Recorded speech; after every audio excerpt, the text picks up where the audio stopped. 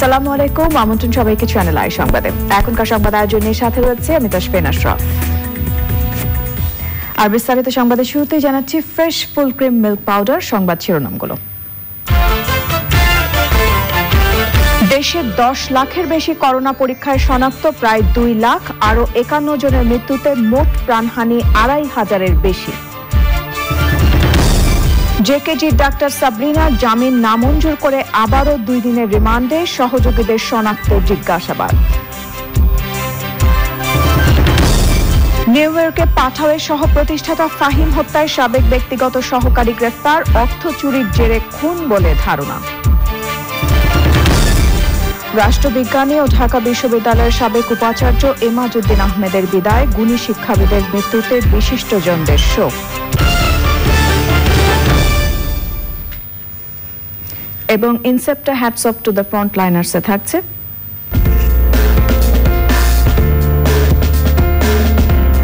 Corona পরিস্থিতিতে doctor Munmun ইসলামের গর্ভবতী মায়েদের চিকিৎসার সেবা দেওয়ার কথা।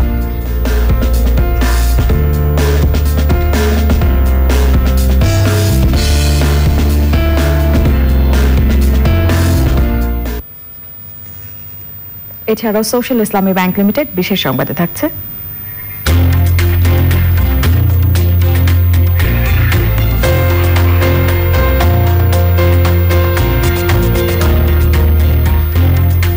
করোনাকালে সাধারণ মানুষের টিকে থাকার লড়াইয়ের খবর।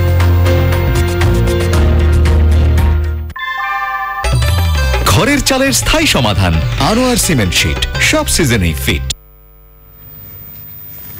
এবারে বিস্তারিত।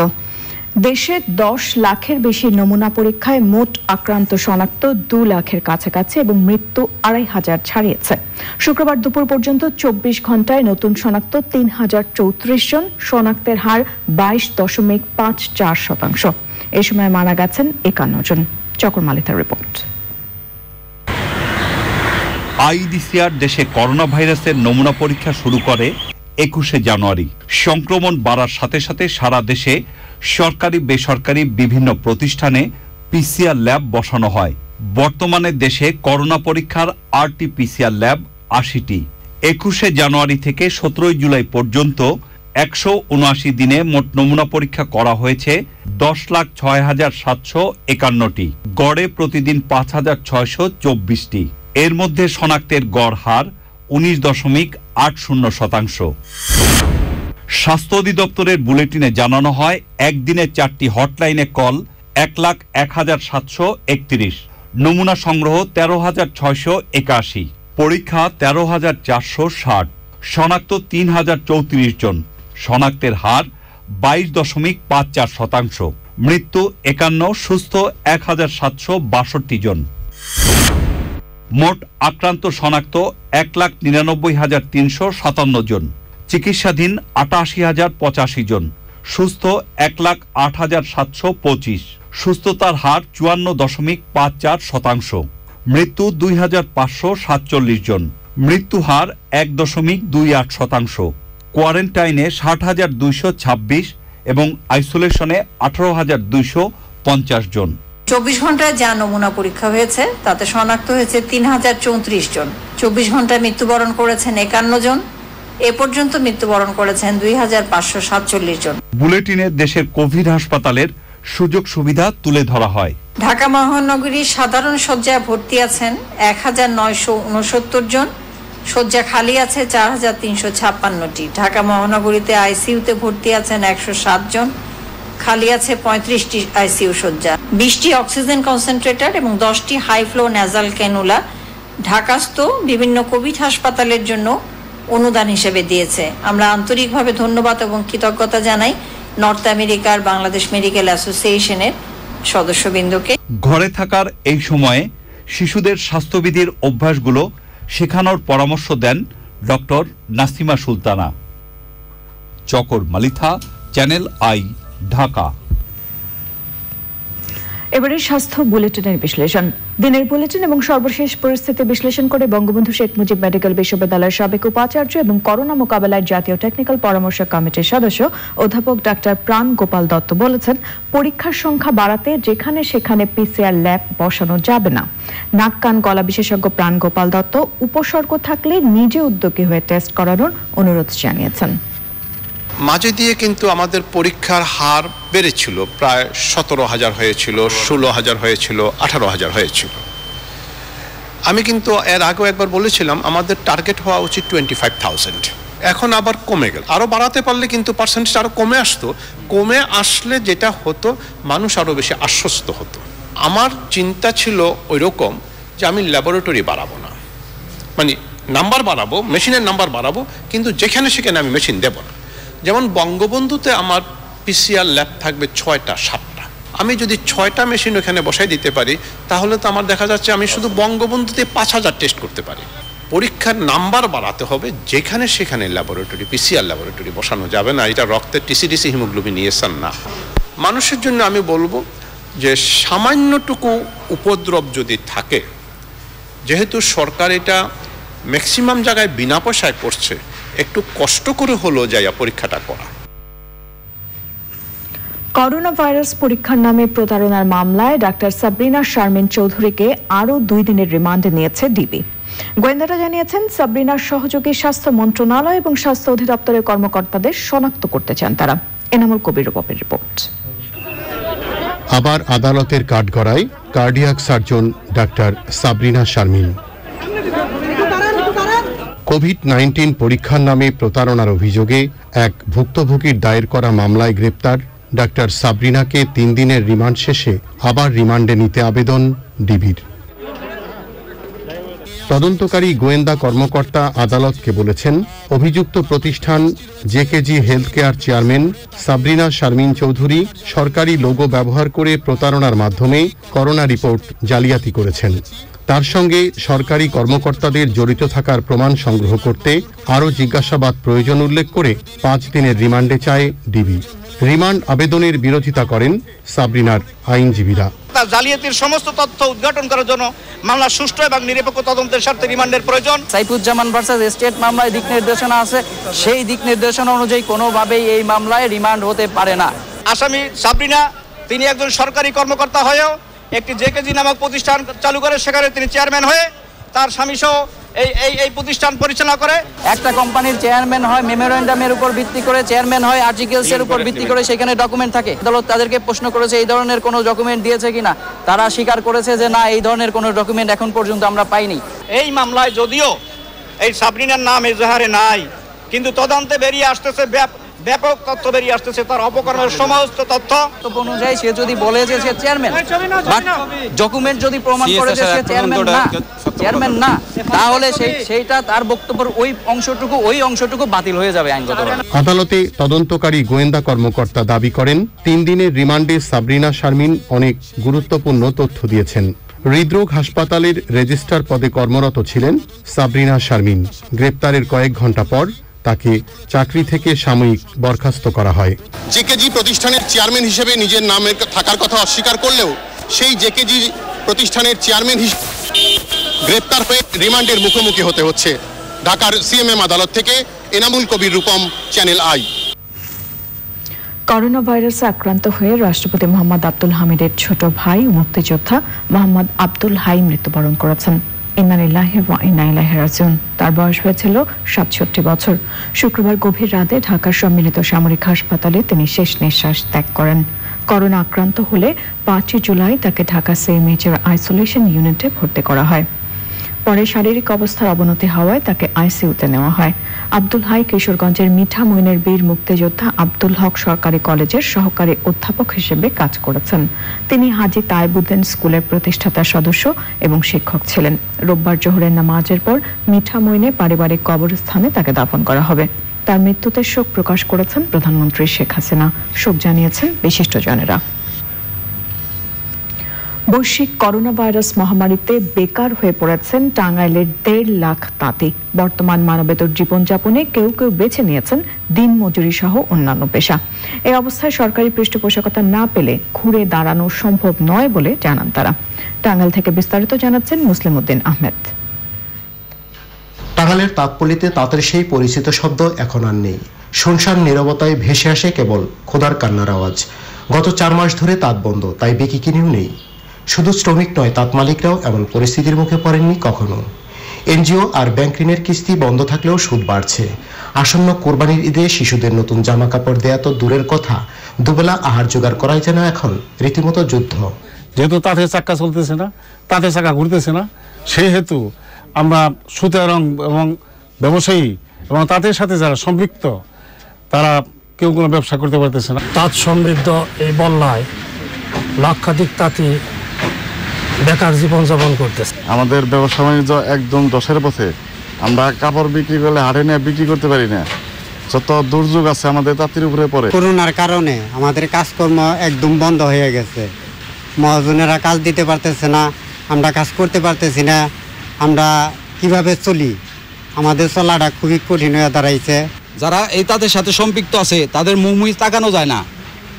কিস্তির চাপে, অমুক চাপে, ঋণের চাপে, মানে বিভিন্ন ধরনের এই তাঁতিকর সমস্যা হয়ে মানে জর্জরিত হয়ে গেছে। কাজে এই শিল্পকে টিকায় রাখার স্বার্থে আমি সরকারের কাছে আকুল আবেদন করি যে এই শিল্পকে দ্রুত এটার প্রতি নজর দিক। করোনা মহামারীর ক্ষতি পুষিয়ে নিতে সরকারের কাছে সহজ শর্তে ঋণ ও প্রণোদনা চেয়েছেন তাঁত মালিক ও শ্রমিকরা।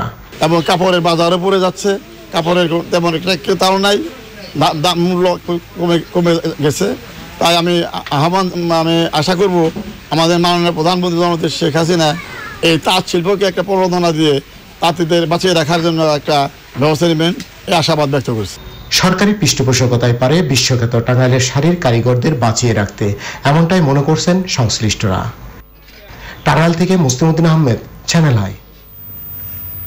রাইড শেয়ারিং প্রতিষ্ঠান পাঠাওয়ের সহ প্রতিষ্ঠাতা ফাহিম সালেহ হত্যার ঘটনায় তার সাবেক ব্যক্তিগত সহকারীকে গ্রেফতার করেছে নিউ ইয়র্ক পুলিশ। ধারণা করা হচ্ছে 21 বছর বয়সী যুবক টাইরাস ডেভন হাসপিল এই হত্যাকাণ্ডে জড়িত। শুক্রবার সকালে হাসপিলকে গ্রেফতারের পর তার বিরুদ্ধে হত্যা মামলা দায়ের করার প্রস্তুতির কথা জানিয়েছে পুলিশ। স্থানীয় সংবাদ মাধ্যম নিউ ইয়র্ক পোস্ট জানিয়েছে, সাবেক সহকারী $1 লাখ চুরি করলে এ অর্থ ফিরে পেতে ব্যক্তিগত সমঝোতায় পৌঁছান ফাহিম, কিন্তু টাইরাস ডেভন পরবর্তীতে অর্থ ফেরত দেওয়ার প্রতিশ্রুতি থেকে সরে আসে। পুলিশের ধারণা চুরি যাওয়া নগদ অর্থকে কেন্দ্র করেই এই হত্যাকাণ্ড। গত মঙ্গলবার নিউ ইয়র্কের ম্যানহাটনে নিজ অ্যাপার্টমেন্ট থেকে ফাহিমের ক্ষতবিক্ষত মরদেহ উদ্ধার করে পুলিশ। ঢাকা বিশ্ববিদ্যালয়ের সাবেক উপাচার্য বিশিষ্ট রাষ্ট্রবিজ্ঞানী অধ্যাপক ডক্টর এমাজউদ্দিন আহমেদ মৃত্যুবরণ করেছেন। ইন্না লিল্লাহি ওয়া ইন্না ইলাইহি রাজিউন। ভোরে রাজধানীর ল্যাবেইড হাসপাতালে তিনি শেষ নিঃশ্বাস ত্যাগ করেছেন। তার বয়স হয়েছিল 88 বছর।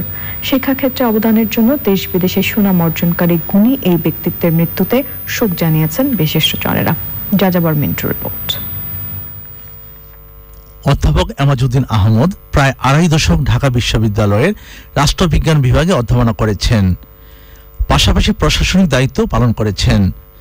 ছিলেন বিভাগীয় প্রধান, মহসিন হলের provost, proctor, pro vice chancellor এবং সবশেষে 1992 থেকে 96 পর্যন্ত ঢাকা বিশ্ববিদ্যালয়ের 21তম উপাচার্য। মৃত্যুর আগ পর্যন্ত বেসরকারি বিশ্ববিদ্যালয় ইউনিভার্সিটি অব ডেভেলপমেন্ট অল্টারনেটিভ ইউডাইভিসি হিসেবে দায়িত্ব পালন করেন তিনি। দীর্ঘ 40 বছর ধরে তুলনামূলক রাজনীতি, প্রশাসন ব্যবস্থা, বাংলাদেশের রাজনীতি, বাংলাদেশের পররাষ্ট্রনীতি, দক্ষিণ এশিয়ার সামরিক বাহিনী সম্পর্কে গবেষণা করেছেন। লিখেছেন 50টিরও বেশি গ্রন্থ। দেশ বিদেশে খ্যাতনামা জার্নালে তার গবেষণামূলক প্রবন্ধ প্রকাশ করা হয়েছে। সৃষ্টিশীল গবেষণা ও আলেখ রচনার জন্য জাতীয় ও আন্তর্জাতিক পর্যায়ের বহু পুরস্কার ও সম্মাননা অর্জন করেন তিনি। শিক্ষাক্ষেত্রে অবদানের জন্য 1992 সালে 21 পদক লাভ করেন। ভাষা আন্দোলন পরবর্তী ঢাকা বিশ্ববিদ্যালয়ের অন্যতম গুরুত্বপূর্ণ ছাত্রনেতা হিসেবে কারাবরণও করেন অধ্যাপক এমাজউদ্দিন আহমদ। সারা জীবনে ওনাকে ছাড়া থাকে নাই, ওই পড়াশোনার জন্য যেটুকু সময়, বাকি সময়টা ওনার সাথে আমি থাকছি। ওনার আমাকে আপনারা কখনো দেখেন নাই, কিন্তু আমি ওনার ছায়া ছিলাম। আব্বা যেমন এই দেশটাকে ভালোবাসতেন, আমরাও বাসি। আব্বার জন্য আমি দেশবাসীর কাছে ওনার আত্মার মাগফিরাত এবং উনি যাতে বেস্ট নসিব হন সেই জন্য দোয়া করার জন্য অনুরোধ জানাই। উনি এই ব্যক্তির প্রতি শ্রদ্ধা জানিয়েছে বিএনপি। শোক প্রকাশ করেছেন বিএনপি মহাসচিব মির্জা ফখরুল ইসলাম আলমগীর সহ অনেকে। ডক্টর মাজিউদ্দিন সাহেব বাংলাদেশের অভিভাবক ছিলেন, বাংলাদেশ স্বাধীনতাকামী, গণতন্ত্রকামী মানুষের অভিভাবক ছিলেন। তিনি সত্যিকার অর্থেই একজন নির্লোভ, একজন নিবেদিত প্রাণ, দেশপ্রেমিক একজন শিক্ষাবিদ ছিলেন। এই সর্বকালে তার সারাটা জীবন ধরে তিনি বাংলাদেশের স্বাধীনতা, সার্বভৌমত্ব এবং গণতন্ত্রের জন্য তিনি তার লেখনী অব্যাহত রেখেছেন। তার জীবনের সমস্ত কর্মটাই ছিল তার এই বাংলাদেশের জন্য। বাদ জুমা রাজধানী বাজমে কাদিরা জামে মসজিদে প্রথম এবং বাদ আসর ঢাকা বিশ্ববিদ্যালয় কেন্দ্রীয় জামে মসজিদে দ্বিতীয় জানাজা নামাজ শেষে অধ্যাপক এমাজউদ্দিন আহমেদকে মিরপুর শহীদ বুদ্ধিজীবী কবরস্থানে দাফন করা হয়। যাযাবর মিন্টু, চ্যানেল আই, ঢাকা। একদিকে আবাসিক এলাকা, গির্জা, অন্যদিকে স্কুল, কলেজ, হাসপাতাল। নিউজ কার্টনের এই এলাকায় প্রবেশ মুখেই নির্মাণ করা হচ্ছে বর্জ্য ব্যবস্থাপনা ঘর বা সেকেন্ডারি ট্রান্সফার স্টেশন STS। এতে স্বাস্থ্যগত ঝুঁকি ও পরিবেশ দূষণের ঝুঁকিতে পড়েছেন এলাকাবাসী। STSটি দূরে স্থাপন করতে ঢাকা উত্তর সিটি কর্পোরেশনের কাছে বারবার আবেদন জানিয়েও সাড়া পাননি বলে অভিযোগ করেছেন তারা। আফরোজা হাসির রিপোর্টে বিস্তারিত। ঢাকার উত্তর সিটি কর্পোরেশনের 35 নম্বর ওয়ার্ডের অন্তর্ভুক্ত নিউ স্কাটন এলাকা। চার্চ ও চার্চ সংলগ্ন স্কুল সহ আছে একাধিক শিক্ষা প্রতিষ্ঠান, হাসপাতাল, আবাসিক এলাকা ও বাণিজ্যিক ভবন।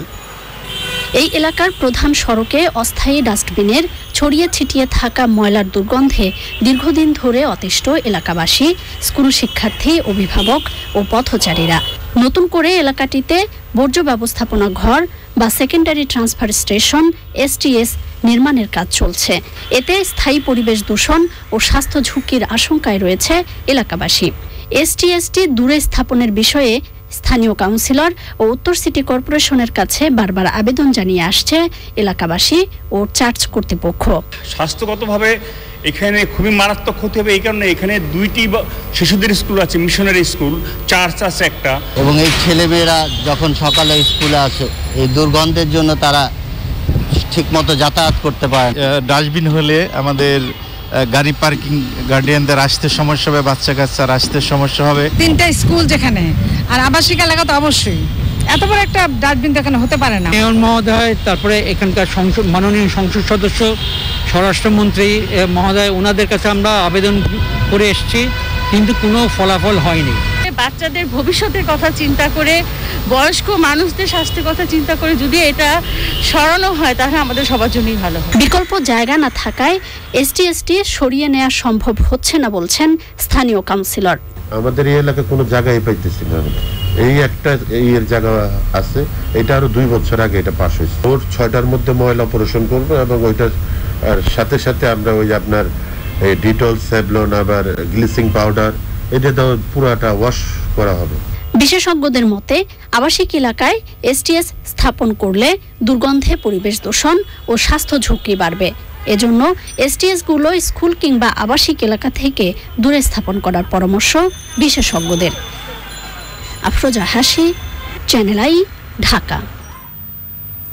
এবারে Incepta hats off to the ফ্রন্টলাইনার্স।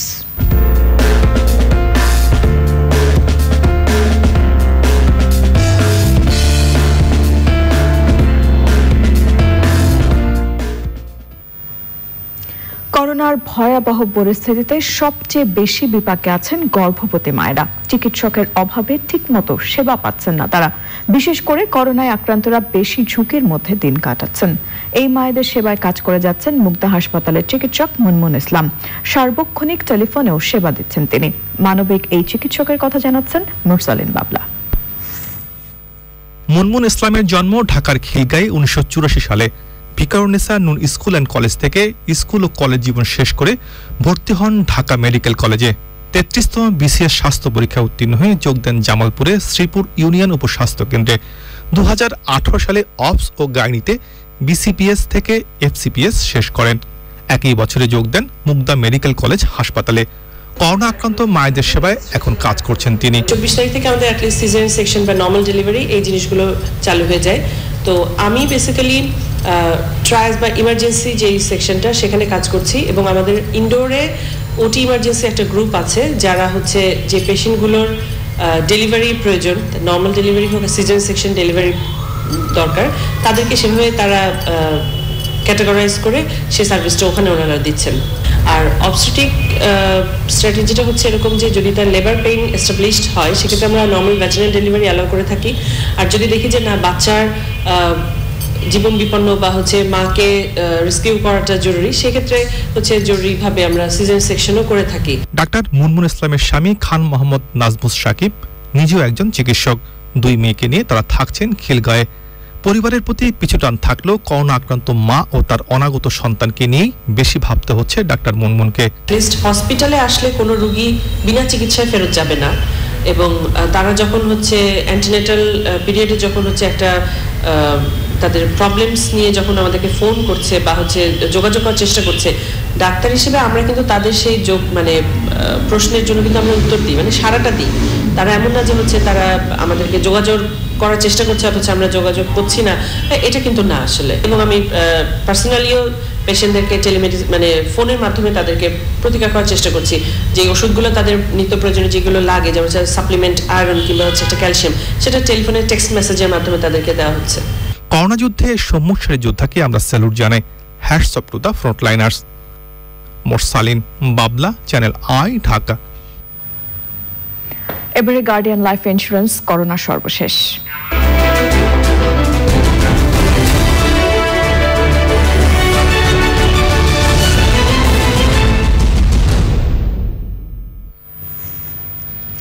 সংবাদ এই পর্যায়ে করোনা ভাইরাস পরিস্থিতির সবশেষ আপডেট জানাতে বার্তা কক্ষ থেকে যুক্ত হচ্ছেন তারিকুল ইসলাম মাসুম। সরাসরি যাচ্ছে তার কাছে।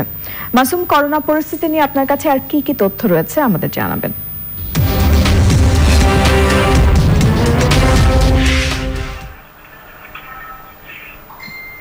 ধন্যবাদ তাসফিন আশরাফ। দ্য ফিনান্সিয়াল এক্সপ্রেসের বার্তা সম্পাদক আব্দুল্লাহ এম হাসান করোনা ভাইরাসে আক্রান্ত হয়ে ইন্তেকাল করেছেন। রাজধানীর ল্যাবএইড হাসপাতালে চিকিৎসাধীন অবস্থায় তিনি সন্ধ্যায় মারা যান। রাজশাহীতে ডাক্তার, স্বাস্থ্যকর্মী সহ আরও 53 জন করোনা আক্রান্ত শনাক্ত হয়েছেন। জেলায় মোট আক্রান্ত শনাক্ত 1978 জন, সুস্থ হয়েছেন 356 জন, মারা গেছেন 16 জন। নাটোরে করোনা ভাইরাসে সদর উপজেলার ইউনো জাহাঙ্গীর আলম এবং 2 জন স্বাস্থ্যকর্মী সহ 22 জন আক্রান্ত শনাক্ত হয়েছেন। রংপুরে আক্রান্ত শনাক্ত হয়েছেন 55 জন, চিকিৎসক, পুলিশ, আনসার সহ রংপুরের 30 জন। রংপুরে মোট আক্রান্ত শনাক্ত 1420 জন। লালমনিরহাটে 6 জন, কুড়িগ্রামে 17 জন, গাইবান্ধায় 2 জন আক্রান্ত শনাক্ত হয়েছেন। দিনাজপুরে 2 জন পুলিশ সদস্য এবং 1 ব্যাংক কর্মকর্তা সহ 33 জন আক্রান্ত শনাক্ত হয়েছেন। পটুয়াখালীতে আরও 40 জন করোনা আক্রান্ত শনাক্ত হয়েছেন। জেলায় মোট আক্রান্ত শনাক্ত 814 জন। বিভিন্ন শ্রেণী পেশার মানুষ এখানে আক্রান্ত শনাক্ত হয়েছেন। এদিকে 250 শয্যা হাসপাতালে করোনা উপসর্গ আইসোলেশনে একজন মারা গেছেন এবং তাকে নমুনা সংগ্রহ ছাড়াই স্বজনদের কাছে হস্তান্তর করা হয়েছে বলে জানানো হয়েছে। আর হাসপাতালের কোভিড আক্রান্ত স্টাফ নার্সরা জানিয়েছেন তাদের প্রয়োজনীয় চিকিৎসা না দিয়ে 10 দিনের মাথায় ছাড়পত্র দেওয়ায় তাদের অনেকে আবার দ্বিতীয়বার করোনা আক্রান্ত শনাক্ত হয়েছেন। এ বিষয়ে হাসপাতালটির পরিচালক আব্দুল মতিন বলেছেন তিনি নীতি অনুযায়ী হাসপাতাল পরিচালনা করছেন। বরগুনায় নতুন করে 21 জন আক্রান্ত শনাক্ত হয়েছেন। আক্রান্তদের মধ্যে স্বাস্থ্য বিভাগের 6 জন, পুলিশ সদস্য সহ বিভিন্ন শ্রেণী পেশার মানুষ আছেন। করোনা উপসর্গ নিয়ে তালতলী উপজেলার সাবেক মুক্তিযোদ্ধা কমান্ডার আলী আকবর মারা গেছেন। স্বাস্থ্যবিধি মেনে রাষ্ট্রীয় মর্যাদায় তাকে সমাহিত করা হয়েছে। জেলায় মোট আক্রান্ত শনাক্ত 468 জন। পিরোজপুরে নতুন 38 জন করোনা আক্রান্ত শনাক্ত হয়েছেন। জেলায় মোট আক্রান্ত শনাক্ত 481 জন। কুমিল্লা মেডিকেল কলেজ হাসপাতালে কোভিড-19 ইউনিটে 2 নারী সহ আরও 4 জনের মৃত্যু হয়েছে। নোয়াখালীর সেনবাগ উপজেলায় করোনা ভাইরাসে আক্রান্ত হয়ে 1 জনের মৃত্যু হয়েছে। লক্ষ্মীপুরে করোনা ভাইরাসে আরও 2 জনের মৃত্যু হয়েছে। নিয়ে লক্ষ্মীপুর জেলায় করোনা ভাইরাসে আক্রান্ত হয়ে মারা গেলেন 27 জন। নারায়ণগঞ্জে করোনা ভাইরাসে 1 জন মারা গেছেন। আন্তর্জাতিক ওয়ার্ল্ডোমিটারের তথ্য অনুযায়ী সারা বিশ্বে আক্রান্ত শনাক্ত হয়েছেন 1,40,57,897 জন।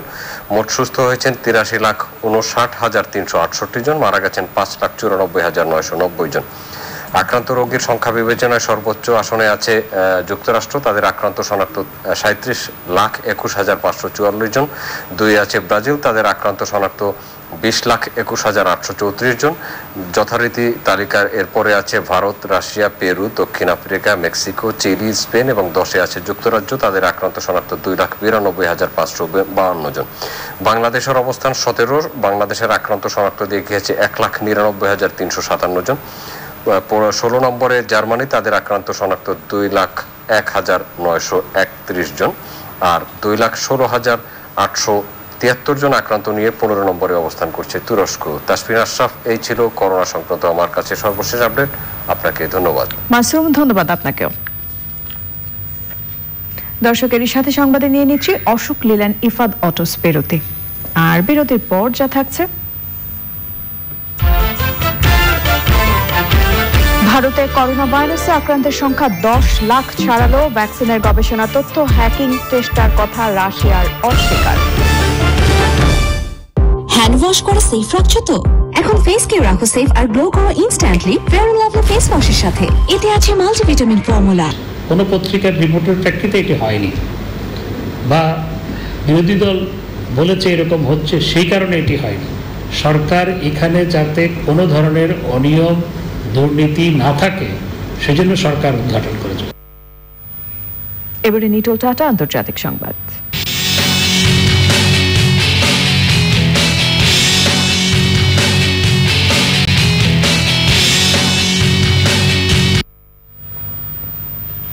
বিশ্বের তৃতীয় দেশ হিসেবে ভারতে করোনা ভাইরাসে আক্রান্তের সংখ্যা 10 লাখ ছাড়িয়েছে। দ্বিতীয় অবস্থানে থাকা ব্রাজিলে মোট আক্রান্ত 20 লাখের বেশি। আর করোনা সংক্রমণ মৃত্যুর দিকে শীর্ষে থাকা যুক্তরাষ্ট্রে মোট আক্রান্ত প্রায় 37 লাখ। রাশিয়ার গুপ্তচরদের বিরুদ্ধে কোভিড-19 ভ্যাকসিন গবেষণার তথ্য হ্যাকিং এর যে অভিযোগ আনা হয়েছে তা মিথ্যা ও ভিত্তিহীন বলে জানিয়েছেন রুশ প্রেসিডেন্টের মুখপাত্র দিমিত্রি পেসকভ। 1 আগস্ট থেকে লন্ডনে পরবর্তী ধাপে লকডাউন শিথিলের ঘোষণা দিয়েছেন ব্রিটিশ প্রধানমন্ত্রী বরিস জনসন। ইসরায়েলে ভাইরাসের সংক্রমণ ঠেকাতে আরও 1 সপ্তাহের অবরোধ ঘোষণা করা হয়েছে। কম্বোডিয়ায় 2 মার্কিন কূটনীতিক সহ আরও 5 জন করোনা আক্রান্ত হয়েছেন। এবার সোশ্যাল ইসলামী ব্যাংক লিমিটেড বিশেষ সংবাদ।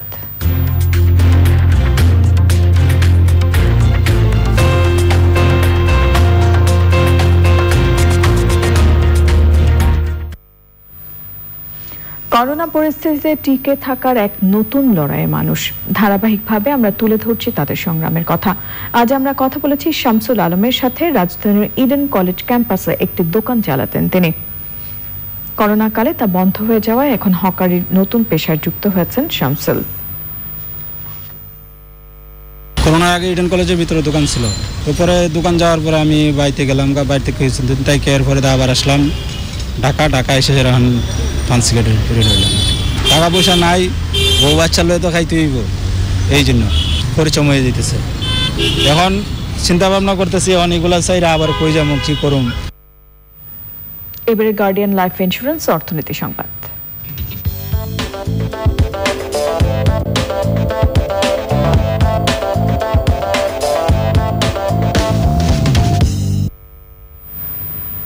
করোনা ভাইরাস মহামারীতে যুক্তরাজ্যের অর্থনীতিতে গতি ফেরাতে সবাইকে কর্মস্থলে ফেরার আহ্বান জানিয়েছেন প্রধানমন্ত্রী বরিস জনসন। করোনা পরিস্থিতি মোকাবেলায় সরকারের নতুন পরিকল্পনার কথা জানান ব্রিটিশ প্রধানমন্ত্রী। বড়দিনের আগেই যুক্তরাজ্যের স্বাভাবিক অবস্থা ফিরিয়ে আনতে লকডাউন শিথিলের ঘোষণা দিয়ে তিনি বলেন, মানুষের প্রত্যক্ষ অংশগ্রহণ ছাড়া অর্থনীতির গতি ফেরানো সম্ভব না। আগামী 1 আগস্ট থেকে কর্মীদের কাজে ফেরানোর ব্যাপারে নতুন দিক নির্দেশনা ঘোষণা দেবে সরকার। এবারে চট্টগ্রাম সংবাদ।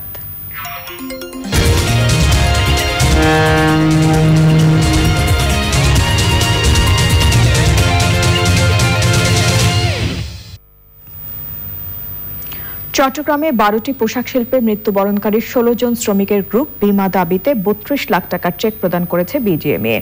এছাড়া সিটি কর্পোরেশনের স্বাস্থ্য বিভাগের কর্মীদের জন্য সুরক্ষা সামগ্রী বিতরণ করা হয়েছে। সিটি মেয়র রাজিমা নাসির উদ্দিনের কাছে এসব সুরক্ষা সামগ্রী তুলে দেন বিজিএমইএর সহ সভাপতি মোহাম্মদ আব্দুস সালাম। সে সময় বিজিএমইএর সহ সভাপতি এএম চৌধুরী সেলিম, পরিচালক খন্দকার বেলায়েত হোসেন, এনামুল আজিজ চৌধুরী, কাউন্সিলর হাসান মুরাদ বিপ্লব সহ অন্যরা উপস্থিত ছিলেন। এবারে পূবালী ব্যাংক লিমিটেড কৃষি সংবাদ।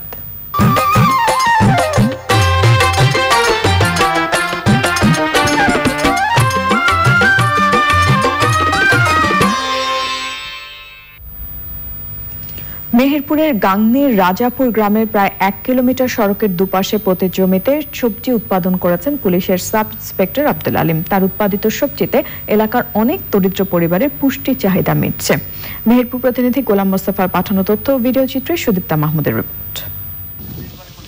মেহেরপুর, কুষ্টিয়া ও চুয়াডাঙ্গা জেলার সীমান্ত রেখায় অবস্থিত রাজাপুর গ্রাম 3 জেলার সীমান্তবর্তী হওয়ায় গ্রামের পার্শ্ববর্তী কাঁচা রাস্তাটি ছিল মাদকসেবী ও অপরাধীদের অভয়াশ্রম।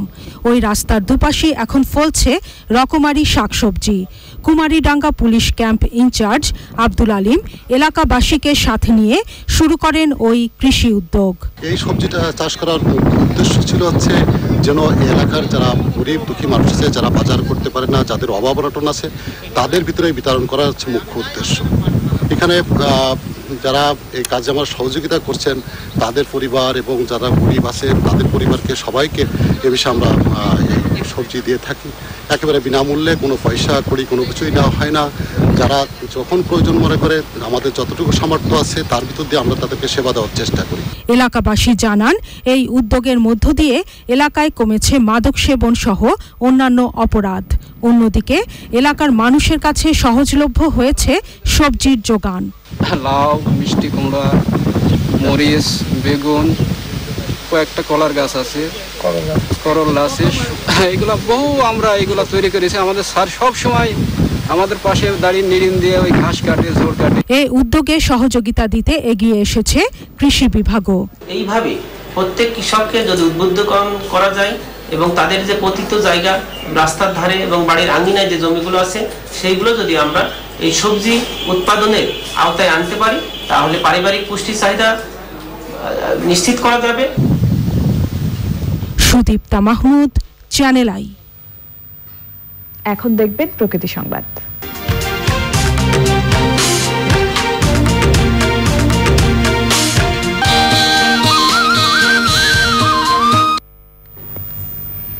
ভোলায় করোনা ভাইরাসের আতঙ্ক কাটাতে নির্মল বাতাস ও প্রকৃতির অপরূপ সৌন্দর্য উপভোগ করতে তুলতুলি মেঘনা পাড়ে ছুটে আসছেন পর্যটকরা। তবে স্বাস্থ্যবিধি ও সামাজিক দূরত্ব নিশ্চিতে পুলিশের নজরদারি রয়েছে। ভোলা থেকে হারুনুর রশিদের তথ্য, ভিডিও চিত্রে শাকিলা জেসমিনের রিপোর্ট।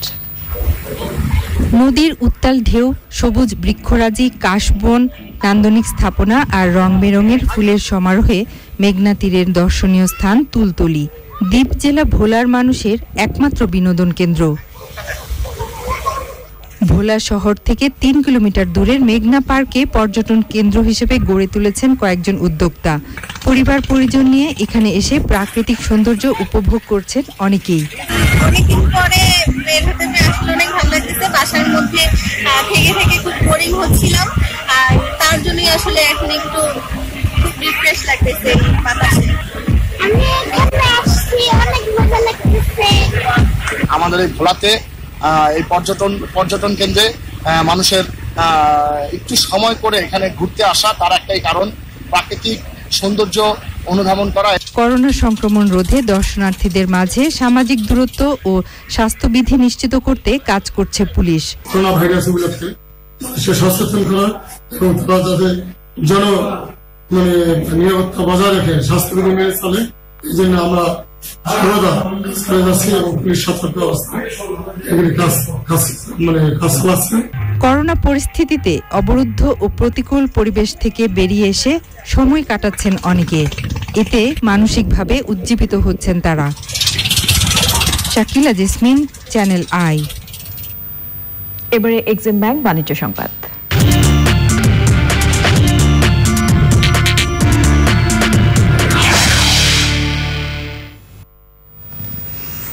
করোনা মহামারীতে আকাশপথে ভ্রমণ চাহিদা কমে যাওয়ায় অক্টোবরের মধ্যে 25,000 কর্মী ছাঁটাই করার ঘোষণা দিয়েছে আমেরিকান এয়ারলাইন্স। তবে বেশিরভাগ কর্মী যদি আংশিক বেতন সহ সর্বোচ্চ 2 বছরের ছুটিতে যান তাহলে সাময়িক ছাঁটাইয়ের সংখ্যা কমতে পারে বলে জানিয়েছে প্রতিষ্ঠানটি। চলতি সপ্তাহে যুক্তরাষ্ট্রের আরেক উড়োজাহাজ সংস্থা ডেল্টা এয়ারলাইন্স প্রায় 17,000 কর্মীর সাথে আগাম অবসরে যাওয়ার চুক্তি করেছে। এছাড়া ইউনাইটেড এয়ারলাইন্স তাদের 45% কর্মীকে সাময়িক ছাঁটাইয়ের নোটিশ পাঠিয়েছে। সংবাদে আবারও নিয়ে নিচ্ছি অশোক লীলা নিফাদ অটোস বিরতি। আর বিরতির পর যা থাকছে, চট্টগ্রামের আগ্রাবাদে স্কুল ছাত্রের মৃত্যু এবং মা ও বোনকে লাঞ্ছনা, ডবল বোরিং থানার এসআই প্রত্যাহার।